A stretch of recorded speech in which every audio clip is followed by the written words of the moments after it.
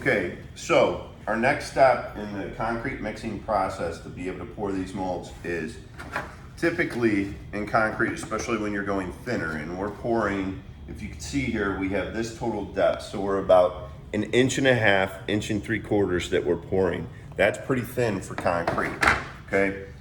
So what we're gonna do to strengthen the mixture, we're not gonna put any kind of ladder wire or rebar or anything in there because it's too thin. And what will happen is if we put that too close to our surface that we're gonna see, you're gonna get an effect called ghosting where you will actually see all the different rebars, and we don't want that. So another thing that you can do is you can take fiberglass. So there's fiberglass that you can mix in with your concrete mixture.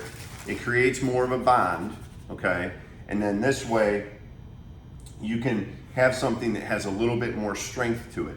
We're pouring these things essentially in 1 foot by 1 foot pieces, except for a longer mold that we have over here that is a wood grain plank, okay? But in doing this, because they're small, they're like a tile, but it's also concrete. So we wanna make sure that we get a little bit more strength in there. That way over time, we know that it can hold up, especially since these pieces are gonna be going outside. So what I do is, I take about a handful, okay, per bucket, just drop that in the top, do that with the same on the other one, okay? You always wanna make sure that you're wearing gloves when you do this. It's fiberglass, you will itch, but also you wanna make sure that you wear gloves when you're working with concrete, period, as you can get some burns and things like that from concrete, or it can dry out your skin real bad where you get a lot of cracking over time. So I do the same thing. I take my mixer, I push that down in there so that I kind of, without turning it on, I get everything pushed down into the concrete, and then I just start going through and I mix again as I did before.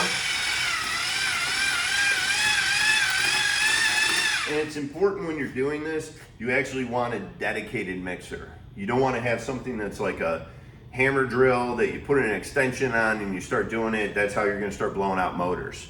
Okay, this has an RPM setting on it. It's got a bigger paddle on it. It's built for mixing, but even as I feel the motor on top here, you know, it gets a little warm. Okay, so you want to make sure that you have something that's dedicated. You don't want to beat it up too much, and you don't want to bog it down. By bogging it down is when you throw a bunch of dust in there, very little water, and you're trying to drive everything. You want to do it in short bursts, watch your RPMs, so you're not throwing and splashing concrete everywhere. We want to keep as much as we can in the bucket, and just keep kind of moving it up and down. You know, just like you're mixing cake batter. You know, so you sit here, take your time, drive it down to the bottom like we did before, turn the RPMs up a little bit, and then if you look, you can see again how it's pulling everything down in. So see how we're getting that nice pull in there because we drove the RPMs up, okay? So I get that mixed all the way around. Then I will lower the RPMs before I pull it out, right? And then I'll stop it before I reach the top, and then as I pull it out, I just kind of shake it off. Now, if you come over here now, you can actually see, if you look real close, okay, you can see that you're almost getting a haystack type look, all right, from the fiberglass in there. That's great. That means that we're getting a good mix all the way around, and that's going to strengthen that piece when we pour it.